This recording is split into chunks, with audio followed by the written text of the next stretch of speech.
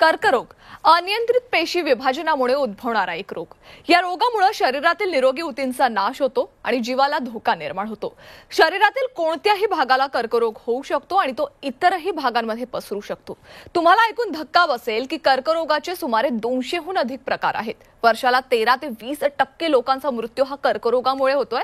मात्र असं होऊ नये यासाठी काय करण्याची गरज आहे, या रोगाला कसं रोखता येईल, याच विषयावर आज आपण चर्चा करणार आहोत। नमस्कार, मी भावना दिलीप चंदवानी, हितगुज मध्ये आपलं सर्वांचं स्वागत। आणि आजचा आपला विषय आहे किडनीचा कॅन्सर आणि त्यावरील उपचार, आणि याविषयी आपल्याला माहिती देतील डॉक्टर श्रुती काटे मॅम। सुरुवातीला आपण त्यांचं स्वागत करूया। नमस्कार डॉक्टर। नमस्कार। डॉक्टर श्रुती काटे यांनी MBBS दिल्ली येथून केलेला आहे। यासह 2010 साली त्यांनी MD इंटरनलची डिग्री घेतली आहे। त्यांनी टाटा मेमोरियल हॉस्पिटल सोबत देखील अनेक वर्ष काम केलं। त्यानंतर त्या ASCO, ESMO यासह IASCLS आणि ISMPO अशा मोठ्या इंटरनॅशनल ऑन्कोलॉजी सोसायटीच्या मेंबर देखील आहेत। त्यांनी लंग, ब्रेस्ट कॅन्सरच्या रुग्णांवर देखील उपचार केलेले आहेत, काम केलंय, आणि त्यासोबतच लंग कॅन्सरवर त्या सध्या काम करत आहेत। आता आपण विषयाला सुरुवात करूया। डॉक्टर, अतिशय महत्त्वाच्या विषयावर आज आपण चर्चा करतोय, कॅन्सर। सध्याच्या परिस्थितीमध्ये कॅन्सरचे रुग्ण किती मोठ्या प्रमाणात वाढत चाललेले आहेत हे तर आपल्याला माहिती, आणि यामध्ये किडनी कॅन्सरच्या रुग्णांची देखील संख्या मोठी आहे। मला सुरुवातीला हे जाणून घ्यायचंय की किडनीचा कॅन्सर असणं म्हणजे नेमकं काय? तर किडनीचा कॅन्सर म्हणजे मूत्रपिंड जे असतं त्याच्या पेशींची अनियमित वाढ असते, आणि ज्या त्या पेशी आपल्या शरीराच्या कंट्रोलमध्ये नसतात त्याला आपण कॅन्सर म्हणतो। आणि इन जनरल बघितलं तर इंडियामध्ये ह्याचं प्रमाण बराच वाढत चाललाय। मार्च हा किडनी कॅन्सर अवेअरनेस मंथ सुद्धा आहे। अच्छा, निश्चितच। तेव्हा किडनी चे कॅन्सरचं जसं तुम्ही सांगितलं की रुग्ण वाढत चाललेले आहेत, आणि मार्च हा महिना किडनी कॅन्सर वरील उपचार आणि एकूणच किडनी कॅन्सर संदर्भात जनजागृती करण्यासाठी आपण बघत असतो मार्च महिन्याला। मात्र डॉक्टर, जसं किडनीचा जर कॅन्सर झालेला असेल तर त्याचं निदान कसं करता येईल, त्यावरील लक्षणं सुरुवातीला काय दिसून येतात? हे खूप महत्वाचं आहे की आपण किडनी कॅन्सर, मूत्रपिंडाच्या कर्करोगाचे प्रमुख लक्षण सगळ्यांनी जाणून घेणं।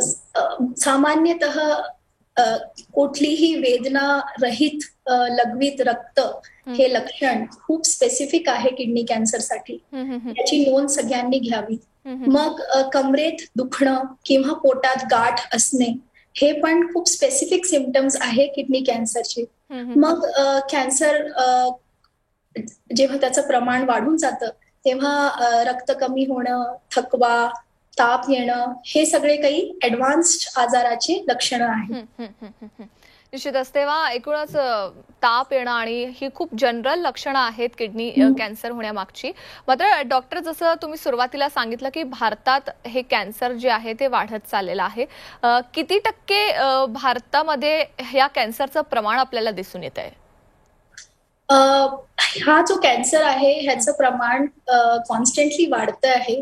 आपण जर का नंबर्स बघितले तर इंडियामध्ये साधारणतः 14व्या किंवा 15व्या नंबरवर ह्या आजाराची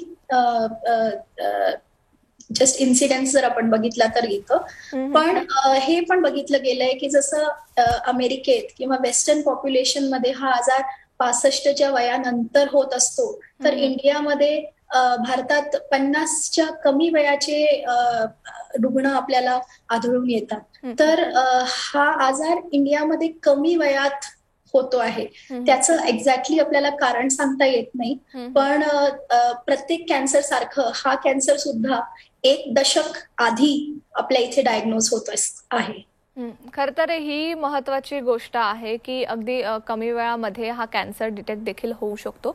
मात्र डॉक्टर, जसं तुम्ही लक्षणं सांगितली, तर पुढचा मुद्दा उपस्थित होतो की ह्या कॅन्सरचं निदान कसं केलं जातं आणि सोबतच उपचार काय काय दिले जातात?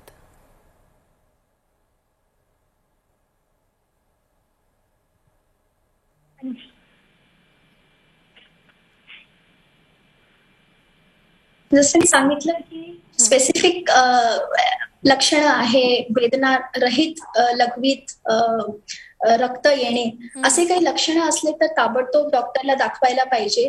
सर्वसाधारण सगळ्याच हॉस्पिटल्स किंवा क्लिनिक्समध्ये सोनोग्राफी ही होत असते. ह्याच्यात आपल्याला ती किडनीत गाठ दिसून येते आणि त्याच्या पुढे मग आपल्याला सीटी स्कॅन किंवा MRI किंवा पेट सीटी स्कॅन करून त्याला कन्फर्म करायला लागतं आणि आजाराचं प्रमाण किती आहे तो बघावं लागतं. हा आजार थोडासा वेगळा असल्या कारणाने जर ती गाठ नुसती किडनी लाच आहे आणि अजून कुठेच पसरलेली नाहीये तर विदाऊट बायोप्सी सुद्धा डायरेक्ट किडनीचं ऑपरेशन करण्याच्या गाईडलाईन्स असतात. पण जर का त्याचं प्रमाण जास्त आहे तर मग आपल्याला पहिले बायोप्सी करून त्याचं निदान करून आणि मग त्याच्यावर उपचार करून आणि मग पुढे इव्हॅल्युएशन करायला पाहिजे. तर बिना बायोप्सीचे सुद्धा आपण डायरेक्टली किडनीचं ऑपरेशन, मूत्रपिंडाचं ऑपरेशन या आजारात करू शकतो. कारण की स्कॅन्समध्ये खूप स्पेसिफिक असे सिग्नल्स दिसतात आपल्याला, ज्याच्यात हे वयाला बघता, पेशंटचे सिच्युएशन बघता आपल्याला ते डायग्नोसिस, क्लिनिकली डायग्नोसिस एस्टॅब्लिश करून ताबडतोब ऑपरेशन हे करावं लागतं. तेव्हा एकूणच रुग्णाची परिस्थिती बघून ऑपरेशन केलं जातं. डॉक्टर, कॅन्सर म्हटल्यानंतर त्यामध्ये अनेक स्टेज देखील येतात, जसं फर्स्ट, सेकंड, थर्ड, फोर्थ असेल, तर या स्टेजेसमध्ये रुग्णांवर कसे उपचार केले जातात आणि मुळात जसं आपण बघितलं की फर्स्ट स्टेजेस असेल तर त्यावेळेस रुग्णावर कुठे म्हणजे मोठे उपचार न करता अगदी सुरुवातीच्या काळात देखील रुग्ण ठीक होऊ शकतात का? या स्टेजेस कशा असतात? तर सर्वात महत्वाचं या टॉकचं उद्देशच हे आहे आपल्याला सगळ्यांना जाणून घेणं की आजार, कर्करोग जरी असला तरी पूर्णपणे त्याच्यावरून आपण मात करून पूर्णपणे बरे होऊ शकतो जर आपलं निदान अर्ली स्टेजमध्ये झालंय. स्टेजचा अर्थ असतो ट्युमरचं प्रमाण. ट्युमरचं प्रमाण कमी असतो तर स्टेज अर्ली असते. 1, 2 किंवा 3 ह्याला आपण अर्ली स्टेज किंवा इनिशियल टप्पा असं म्हणतो. आणि जर का त्या पेशींचं रक्ताच्या थ्रू त्या पेशी जर का शरीरामध्ये इतर ठिकाणी पसरल्या आहेत तर त्याला आपण स्टेज 4 किंवा मेटास्टेटिक डिझीज असं म्हणतो. तर जसं मी सांगितलं की फर्स्ट, सेकंड किंवा थर्ड स्टेज जरी असली तरी आपण किडनीची सर्जरी करून, ऑपरेशन करून, आणि आता ऑपरेशन मध्ये पण बरेच असे आधुनिक टेक्निक्स आहेत की छोटी गाठ असेल तर पूर्णपणे किडनीला काढण्याची पण आवश्यकता नसते. आपण पार्शियल नेफ्रेक्टमी करून नुसती गाठ काढू शकतो आणि त्यापुढे कुठलाच उपचार लागत नाही. आणि जरी आपल्याला पूर्ण किडनी काढावी लागली तरी देवाने आपल्याला 2 किडनीज दिलेल्या आहे. एक किडनी काढून सुद्धा पेशंट पूर्णपणे नॉर्मल आयुष्य जगू शकतात. हे समजून घेणं खूप महत्वाचं आहे. पण जर का त्याची वाढ एवढी झाली आहे की ते आजूबाजूला चिटकलेलं आहे किंवा ते पेशी पसरून आणि दुसऱ्या अवयवांमध्ये गेले आहे तर मग आपल्याला त्याच्यावर डिसिजन घ्यायला लागतं की पुढचं ट्रीटमेंट काय असेल. निश्चितच तेव्हा एकूणच स्टेज बघून आणि रुग्णाची परिस्थिती बघून तुम्ही डिसिजन घेत असतात की पुढची ट्रीटमेंट काय असेल. मात्र डॉक्टर, ट्रीटमेंट देत असताना यामध्ये तुम्हाला काही रिस्क फॅक्टर्स अनुभवायला मिळालेले आहेत का? कारण जनरली 3ऱ्या किंवा 4थ्या स्टेजमध्ये जर रुग्ण असेल तर त्याला रिस्क तेवढाच जास्त असतो. ते रिस्क फॅक्टर कोणकोणते आहेत? तर हे जाणून घेणं खूप महत्वाचं आहे की प्रत्येक कॅन्सरला काही मॉडिफायबल रिस्क फॅक्टर्स असतात आणि काही नॉन मॉडिफायबल रिस्क फॅक्टर्स असतात. जसे की आपलं वय, आपलं लिंग आणि आपली हेरिडिटरी म्हणजे आपला कौटुंबिक इतिहास हा बदलता येत नाही. तर हे सोडून जे मॉडिफायबल रिस्क फॅक्टर्स आहे जे आपण बदलू शकतो त्याच्यावर आपल्याला नक्कीच फोकस करायला पाहिजे. किडनी कॅन्सरच्या संदर्भात बघितलं तर टोबॅको कन्झम्पशन किंवा धूम्रपान किंवा तंबाखू खाणं कुठल्याही रूपात हे किडनी कॅन्सरचं खूप कॉमन रिस्क फॅक्टर आहे. आपण जर का तंबाखू सेवन करत असू तर आपल्याला ते नक्कीच सोडायला पाहिजे. कारण की टोबॅको स्मोकमध्ये भरपूर सारे कार्सिनोजेन्स असतात ज्याच्याने आपल्या भरपूर पेशींमध्ये दुसरे पण भरपूर कर्करोग असतात जे की टोबॅको स्मोकनी होऊ शकतात. तर tobacco in any form is the most common preventable cause of cancer. ह्याची सगळ्यांनी नोंद घ्यायला पाहिजे. मग आपली जीवनशैली ती कशी आहे, निरोगी आहे की अस्वस्थ आहे, हे खूप महत्वाचं आहे. आपलं खाणं पिणं, ओबेसिटी ज्याला म्हणतो, आपलं वजन जास्त असणं हे सुद्धा किडनी कॅन्सरसाठी एक रिस्क फॅक्टर आहे.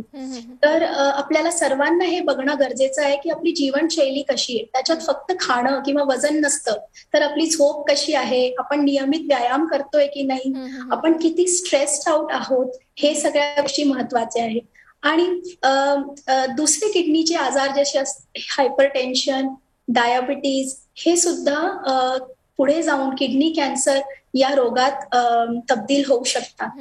मग काही आणखी मॉडिफायबल रिस्क फॅक्टर्स मध्ये आहे की काही केमिकल एक्सपोजर्स जसं की पेस्टिसाइड्स असतात, मग मेटल क्लीनर्स असतात, ग्रीजिंग एजंट्स असतात, त्या जे आहे ते सुद्धा केमिकल्स बॉडीसाठी चांगल्या नाही आहे. आणि जे लोक या इंडस्ट्रीजमध्ये काम करतात त्यांनी प्लीज प्रोटेक्टिव्ह गिअर वापरणं खूप महत्वाचं आहे.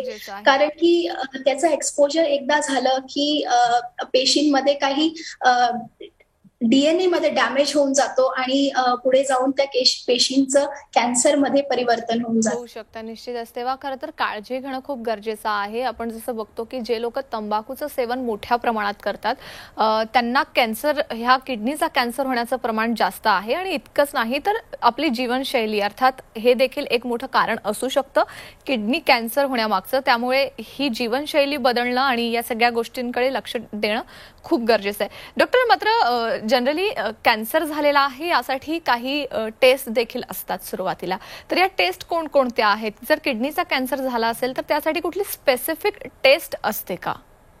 हो, तर जस्ट एक जीवनशैलीमध्ये सांगेन की आपल्या मुलांच्या जीवनशैलीकडे पण आपलं लक्ष जायला पाहिजे नक्कीच. आणि childhood obesity is a very dangerous disease. त्याबद्दल आपण इतकं बोलत नाही, पण त्याच्यासाठी आपल्याला नक्कीच पाहायला पाहिजे की आपले मुलं त्यांचं वेट बरोबर आहे की नाही, त्यांचं खाणं पिणं कसं आहे. आणि फोर्सफुली ते होऊ शकणार नाही, फोर्सफुली ते चेंज होणार नाही. तर आपल्याला आपलं एक्झाम्पल सेट करूनच आपल्या मुलांना सुद्धा हेल्दी इटिंग हॅबिट्स इन्कॉर्पोरेट करायला पाहिजे.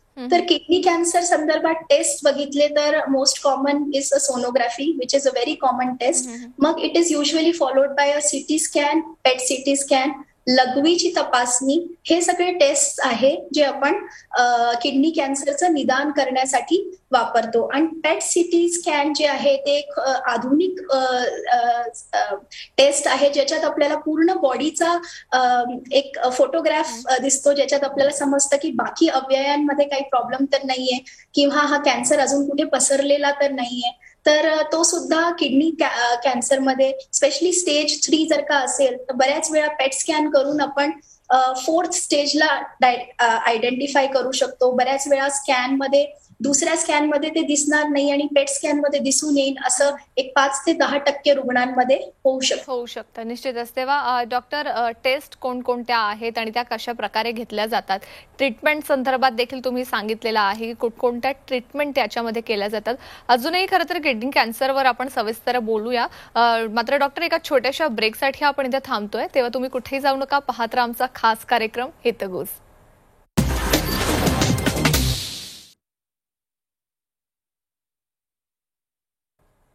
ब्रेकनंतर आपलं पुन्हा एकदा स्वागत. पुन्हा एकदा चर्चेला सुरुवात करूया. खरं तर किडनीचा कॅन्सर आणि त्यावरील उपचार पद्धती या अतिशय महत्त्वाच्या विषयावर आज आपण चर्चा करतोय. आणि याविषयी आपल्यासोबत बोलण्यासाठी डॉक्टर श्रुती आहेतच. डॉक्टर, आपण पुन्हा एकदा चर्चेला सुरुवात करतोय. डॉक्टर, आतापर्यंत आपण बोलत होतो की ट्रीटमेंट कोणकोणते असतात. तुम्ही आतापर्यंत सर्जरी संदर्भात सांगितलं.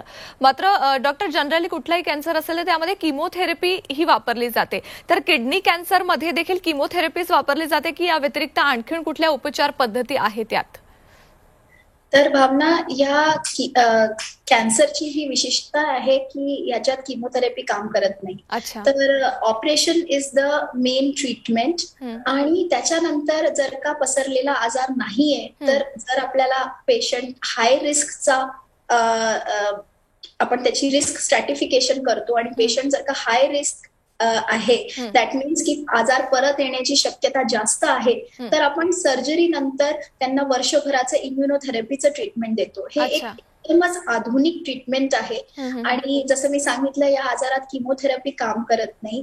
टार्गेटेड थेरपी आणि इम्युनोथेरपी हे ट्रीटमेंट्स जे आहे अवेलेबल आहे आणि याच्याने पेशंटचं आयुष्य वाढू शकतं. क्या बात आहे. म्हणजे एकूणच यामध्ये किमोथेरपी वापरली जात नाही, तर इतर ज्या थेरपी आहेत त्या वापरल्या जातात. डॉक्टर, मात्र कुठलाही आजार असेल, इतक्या वर्षांपासून कॅन्सरवर उपचार देत आहेत. आपण भारतामध्ये बघतोच आहे की अनेक डॉक्टर आहेत त्यावर ट्रीटमेंट देत आहेत आणि रिसर्च देखील करतायत आणि या रिसर्चमधून अनेक गोष्टी समोर येतात नवनवीन, ज्यावर देखील उपचार केले जातात आणि आता तर आधुनिक उपचार पद्धती देखील आपल्या समोर आलेल्या आहेत. तर किडनी कॅन्सरवर ट्रीटमेंट करण्यासाठी कुठल्या आधुनिक उपचार पद्धती उपलब्ध आहेत का? हो, तर जसं मी म्हणाले की टार्गेटेड थेरपी आणि इम्युनोथेरपी आणि आपण या दोघांचं कॉम्बिनेशन करून म्हणजे टॅबलेट किंवा इंजेक्शन टार्गेटेड थेरपी आणि इम्युनोथेरपी. तर इम्युनोथेरपी अशी काही औषधं असतात जी आपल्या शरीराची प्रतिकार शक्ती वाढवतात आणि ती वाढलेली प्रतिकार शक्ती आजाराला लढते. तर कॅन्सर आपल्या शरीराची अशी समजूत घालून देत असतो की हा आपला स्वतःचाच भाग आहे आणि त्याच्या विरुद्ध आपल्याला रिझल्ट नाही करायचंय किंवा इम्युन रिॲक्शन नाही द्यायचंय. तर म्हणून कॅन्सर बॉडीमध्ये असतो आणि बॉडी अजिबात त्याला फाईट करत नसते. इम्युनोथेरपीचे औषधं दिले की तो जो ब्लॉक आहे तो निघून जातो आणि बॉडीची इम्युनिटी आजाराला लढायला लागते.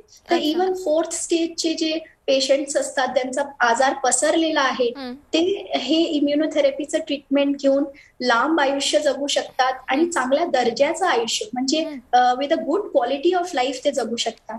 तर वेगळी उपचार पद्धती आहे जी की वर्ल्ड ओव्हर उपलब्ध आहे. इंडियामध्ये, नाशिकमध्ये म्हणजे ज्या पण ठिकाणी आपले प्रेक्षक आहे, आय एम शुअर की तिथे ते देणारे प्रशिक्षित डॉक्टर आहे आणि ते हे ट्रीटमेंट देतात. कारण की आता Tier 2, Tier 3 सिटीज पर्यंत सुद्धा स्पेशलाइज्ड उपचार अवेलेबल आहे आणि आपण ब्लेस्ड आहोत. आपल्याला जर का कॅन्सर डॉक्टरची अपॉइंटमेंट हवी आपण लगेच घेऊ शकतो आणि त्या दिवशी सुद्धा डॉक्टरला दाखवू शकतो. तेच आपण जर का अमेरिकेत असू तर आपल्याला 2 ते 3 आठवडे काही स्पेशलिस्ट डॉक्टर भेटणार नाही. तो तिथलचा दुर्दैव आहे. पण आपल्या केसमध्ये availability to health care is very very good आणि त्या सगळ्यांचा फायदा रुग्णांनी किंवा ज्या पण लोकांना असे काही सिम्पटम्स आहे त्यांनी त्याचा फायदा उचलायला पाहिजे. आपल्या शरीराशी अजिबात ज्याला म्हणतो दुर्लक्ष लक्षणांकडे करायला नाही पाहिजे. निश्चितच. तर खरं तर या ठिकाणी एक महत्त्वाची अधोरेखित करण्यासाठी सारखी गोष्ट आहे की अवेलेबिलिटी जी आहे ती मोठ्या प्रमाणात आहे भारतामध्ये. म्हणजे कुठलाही रुग्ण असेल तर त्याला आता स्पेसिफिक त्या आजारावर किंवा त्या कॅन्सरसाठी उपलब्ध असे डॉक्टर देखील आहेत आणि सध्या जसं तुम्ही सांगितलं की आधुनिक उपचार पद्धती वापरल्या जातात आणि त्या ज्या उपचार पद्धती आहे अगदीच त्याचा सक्सेस रेट देखील तेवढाच चांगला आहे. डॉक्टर, इतक्या वर्षांचा तुमचा अनुभव आहे आणि या अनुभवामध्ये असला कुठला रुग्ण असेल की ज्याच्यावर अनेक रिस्क फॅक्टर असतील आणि त्यावर या आधुनिक उपचार पद्धतींचा वापर करून तुम्ही त्यांना ठीक केलेलं असेल, अशी एखादी आव्हानात्मक उपचार पद्धती तुम्ही जी तुमच्या इतक्या वर्षाच्या अनुभवामध्ये फेस केली असेल त्या संदर्भात सांगा. हो, मी असं पर्टिक्युलर केस नाही सांगणार पण मी तुम्हाला हे सांगेन की जरी आजार पसरलेला असेल आणि किडनीमध्ये गाठ आहे आणि फुफ्सामध्ये सुद्धा एक गाठ आहे तर आजार हा होऊन जातो 4th स्टेजचा. पण तरी सुद्धा आपण स्पेशलाइज्ड रोबोटिक सर्जरीजनी ज्याला म्हणतो आपण थोरॅसिक रोबोटिक सर्जरीनी त्या फुफ्साच्या गाठीलाही काढू शकतो आणि किडनीच्या सर्जरीने किडनीच्या गाठीलाही काढू शकतो.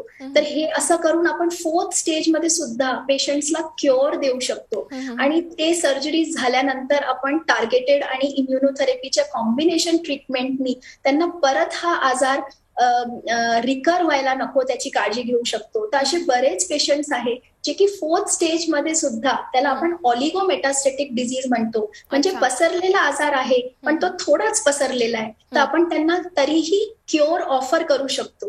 म्हणजे पूर्णपणे बरा करण्याचा आपण एक त्यांना चान्स देऊ शकतो. तर हे खूप महत्वाचं आहे. लोकांपर्यंत सक्सेस स्टोरीज पोहोचत नाही आणि एक सर्वसामान्य अशी समजूत होऊन जाते की कॅन्सरचं डायग्नोसिस झालं की म्हणजे मृत्यू. तर असं अजिबात नाहीये आणि अर्ली स्टेजमध्ये जर आजाराचं निदान होतो. खरंय डॉक्टर, अगदी अर्ली स्टेजमध्ये जर कॅन्सरचं निदान झालं तर ते खूप चांगलं आहे. कारण 4th स्टेज पर्यंत कॅन्सर हा शरीरामध्ये तेवढाच पसरलेला असतो आणि त्या कॅन्सरवर खरं तर उपचार करणं तुमच्यासाठी देखील तेवढंच कठीण आहे आणि त्या रुग्णासाठी देखील. त्यामुळे वेळेवर डॉक्टरकडे जाणं खरं तर महत्त्वाचं आहे. डॉक्टर, किडनी कॅन्सर संदर्भात अतिशय महत्त्वाची माहिती आज तुम्ही दिली. तुम्ही आमच्यासोबत सहभागी झालात त्यासाठी खूप खूप धन्यवाद डॉक्टर. थँक्यू. या कार्यक्रमात मी आता इथंच थांबते. ताज्या बातम्यांसाठी पाहत राहा फक्त झी 24 तास आणि राहा एक पाऊल पुढे. नमस्कार.